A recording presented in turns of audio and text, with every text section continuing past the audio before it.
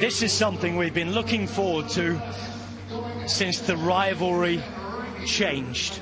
And it changed when Matthew Richardson left the Australian team to join the team of the nation of his birth, Great Britain. For those of you who don't know, Matthew Richardson, born in Britain, moved to Australia as a youngster, grew up in Perth, represented that nation until now. At the age of 25, he's moved to Great Britain. New training, new city, new gear, new teammates, new challenges. Same man sitting next to him to start this final. 27-year-old, 16-time world champion, 5-time Olympic champion, 2 times Champions League winner, Harry Lavraisen. And I think it's safe to say, even Richardson wouldn't mind us saying this, Mr. Sprinting of the last few years. He certainly is. He's been so dominant. He's not quite been unbeatable, but as you mentioned, 16 rainbow jerseys, 5 Olympic gold medals. He has been the man to beat here, and in the rainbow stripes now as the reigning world champion, gold bike as the reigning Olympic champion. But Matt Richardson is the one rider that has really challenged him this Olympic cycle. He's got the better of him on a couple of occasions. Won the Champions League against him, took the title off him, didn't he, 2 years ago? The Champions League being the biggest of those occasions that it's really happened, and it wasn't quite as close at the Olympic Games as it might have been.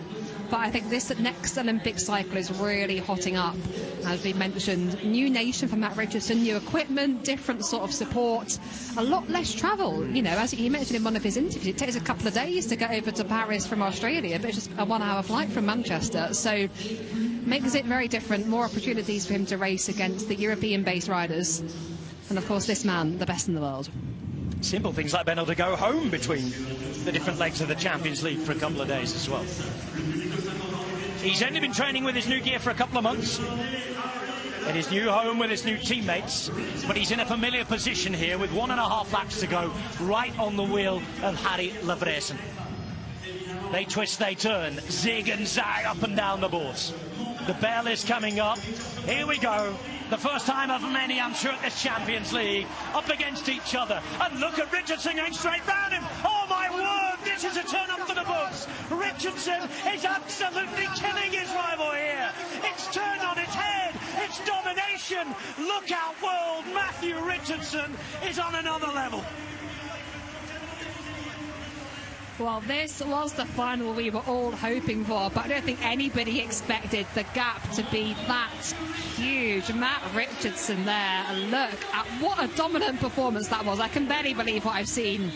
Beating the Olympic champion, the world champion. Made him look like he was standing still there in that final lap. He looked good in green and gold, didn't he? But I tell you what, in terms of the base, the blue, white and red certainly suits him.